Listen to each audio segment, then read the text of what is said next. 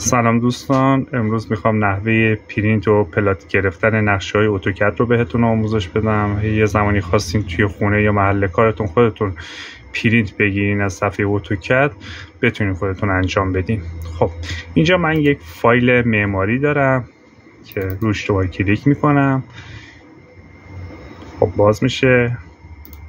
خب این ارور فونت بود که اینو میبندیم. خب الان نقشه اتوکد ما که یه نقشه معماری هم هستش باز میشه.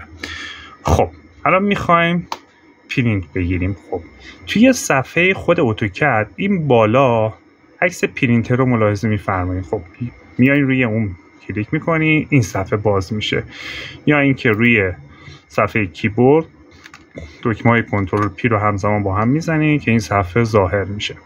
خب توی این صفحه زده گزینه پرینتر نیم. خب میایم پرینترتون رو انتخاب میکنید. پرینترتون اگه از این پرینتر خونگی ها هستش که مثلا کوچیک آچار آثار زنه، روی اون قرارش میدین که پرینتر من همین کنون آیار هستش که آچار زن آسه آچار زن هستش که من میخوام روی آسه بزنم که واضح باشه. خب اینا رو میذارم روی گزینه آسه. خب بعد میایم این بالا مهمترین بخش پلات در واقع ضخامت قلم ها هست. ضخامت قلم چی هست؟ ضخامت قلم در واقع نازکی و ضخیم بودن این خطوط رو میخواد به ما بگه.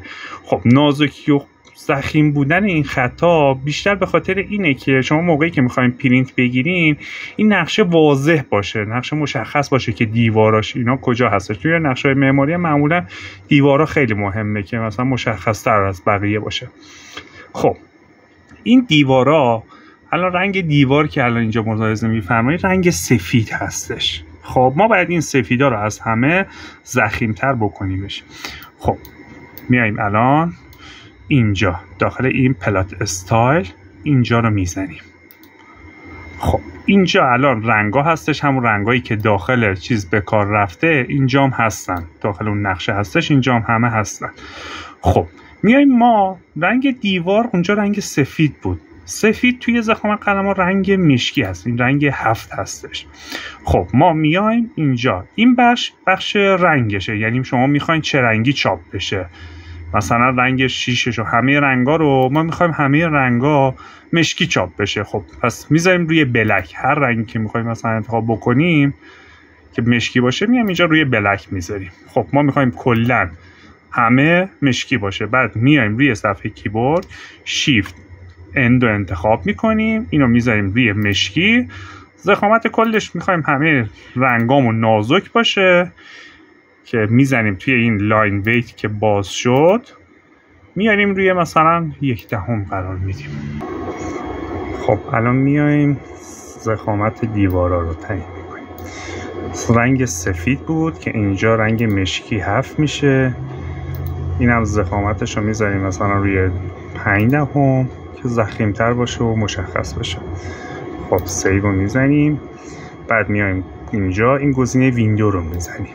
خب از این گوشه بالا میگیریم تا این گوشه پایین. خب اینجا یه گزینه هستش، میبینید اینجا پلات اسکیل.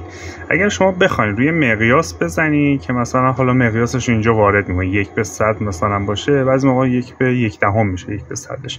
حالا اینا رو بیشتر توضیح میدم بعداً بهتون.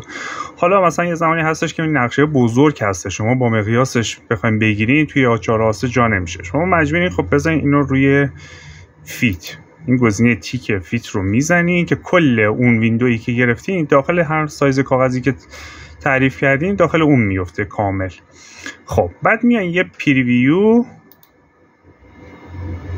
میزنین. این در واقع یه نمایش قبل از چاپ هستش که شما ببینین ضخامت قلماشون چطوری هستش، که الان میبینین این دیوارا از همه ضخیم‌تره، مبلمانا نازکه، دایمنشن ها معمولا نازک میذارن.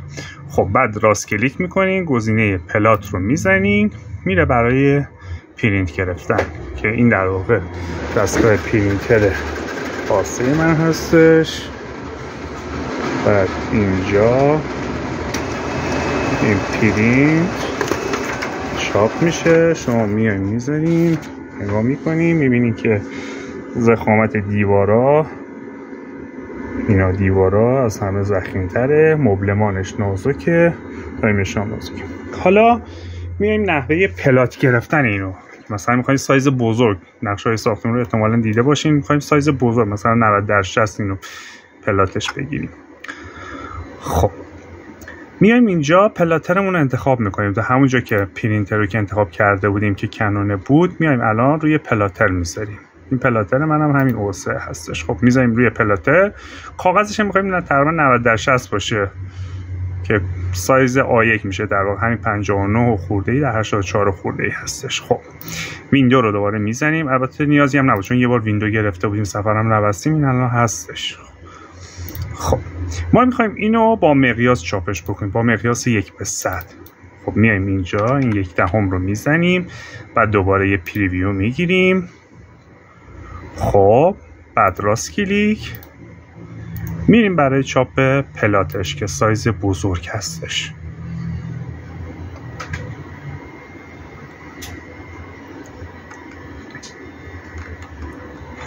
خب رفت برای چاپ پلات. خب این دستگاه پلاتر هستش که نقشه رفت برای چاپ شدن که من اینجا براتون نشونش میدم.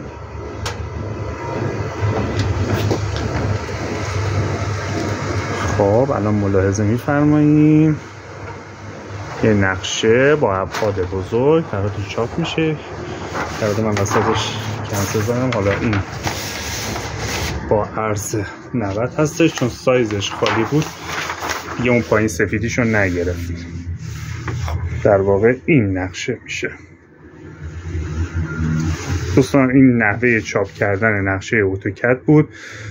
حالا اگر آموزش های دیگر رو دوست داشتین که براتون بذارم، لطفا سابسکرایب و لایک یادتون نره. تا آموزش های بعدی، خداحافظ.